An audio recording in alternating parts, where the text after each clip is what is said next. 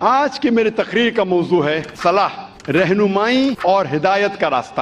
صلاح کا جب ترجمہ کوئی انگریزی میں کرتا ہے تو اکثر اس کا ترجمہ کرتے ہیں پریئر، اور جب ہم اس کے معنی دیکھتے ہیں آکسفورڈ ڈکشنری میں، پریئر کے معنی ہے to beseech, to ask for help, کسی سے مدد مانگنا۔ یہ ترجمہ صلاح کا صحیح نہیں ہے۔ جو ہم صلاح کے بعد دعا مانگتے ہیں، the supplication we do، اس کے معنی ہے مدد مانگنا، کیونکہ صلاح میں ہم اللہ سے مدد مانگنے کے علاوہ ہم اس کی تعریف بھی کرتے ہیں، ہم اس کا شکریہ ادا بھی کرتے ہیں اور اللہ سے ہدایت بھی پاتے ہیں۔ اسی لیے ٹو پرے، مدد مانگنا، صلاح کا پورا ترجمہ نہیں ہے اور ہم اس سے صحیح نہیں کہتے۔ اردو میں جو ہم ترجمہ کرتے ہیں نماز، یہ پرشین لفظ سے آتا ہے، کہتے ہیں بندگی، یہ ترجمہ کافی حد تک صحیح ہے۔ انگریزی ترجمہ پریئر سے اور صحیح ہے۔ اور انگریزی میں صلاح کو پسند کرتا ہوں کہنے کے لیے پروگرامنگ، یا عام زبان میں کہیں گے برین واشنگ، دماغ کی صفائی کرنا۔ لیکن کوئی اگر کہیں گا آذان سننے کے بعد آپ کہاں جا رہے اور کہیں گے I'm going for brain washing، میں دماغ کی صفائی کرنے کے لیے جا رہا ہوں،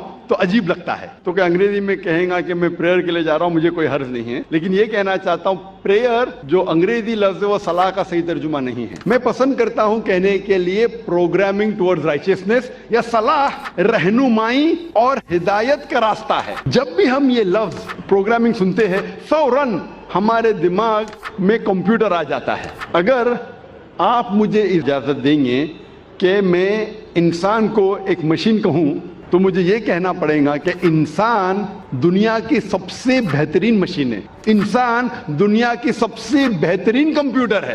اور اکثر یہ عام ہے کہ جب ہم صلاح پڑھتے ہیں اکثر ہمارا ذہن بھٹکتا ہے، یہ عام بات ہے، یہ کچھ نئی بات نہیں، ہم جانتے ہیں لیکن کئی بار کسی ذکر نہیں کریں گے، لیکن ہم سب جانتے ہیں کہ اکثر جب ہم صلاح پڑھتے ہیں تو ہمارا ذہن بھٹکتا ہے۔ اگر کوئی طالب علم کوئی امتحان کا پیپر دینے کے بعد جب صلاح پڑھ رہا ہے تو صلاح میں وہ سوچیں گا سوال نمبر 2 کا جواب میں نے ایسے کیوں دیا، اگر ویسے دیتا تھا تو اچھا ہوتا۔ وہ عورت سوچیں گی کہ میرے شوہر کے لیے آج میں کیا پکاؤں، چکن بریانی یا مٹن پلاؤ۔ یہ صلاح میں ہی سب ہمیں خیال آتا ہے۔ تو صلاح میں ہمارا ذہن بھٹکتے رہتا ہے، اور یہ عام بات ہے، بھٹکنا چاہیے نہیں لیکن بھٹکتا ہے۔ کیوں؟ کیونکہ اکثر ہم مسلمان 80% سے زیادہ مسلمان ہم عربی نہیں جانتے، اور جب ہم صلاح میں جو آیتیں پڑھتے ہیں قرآن مجید کی، مثال کے طور پر سورہ فاتحہ پڑھنا فرض ہے، ہم جب سورہ فاتحہ پڑھتے ہیں ہمیں سورہ فاتحہ اتنے اچھی طریقے سے یاد ہے کہ اگر نیند میں سے ہمیں کوئی اٹھائیں گا 2 بجے رات کو اور کہیں گا سورہ فاتحہ پڑھو تو ہم 100 میل کی رفتار پہ پڑھ سکیں گے،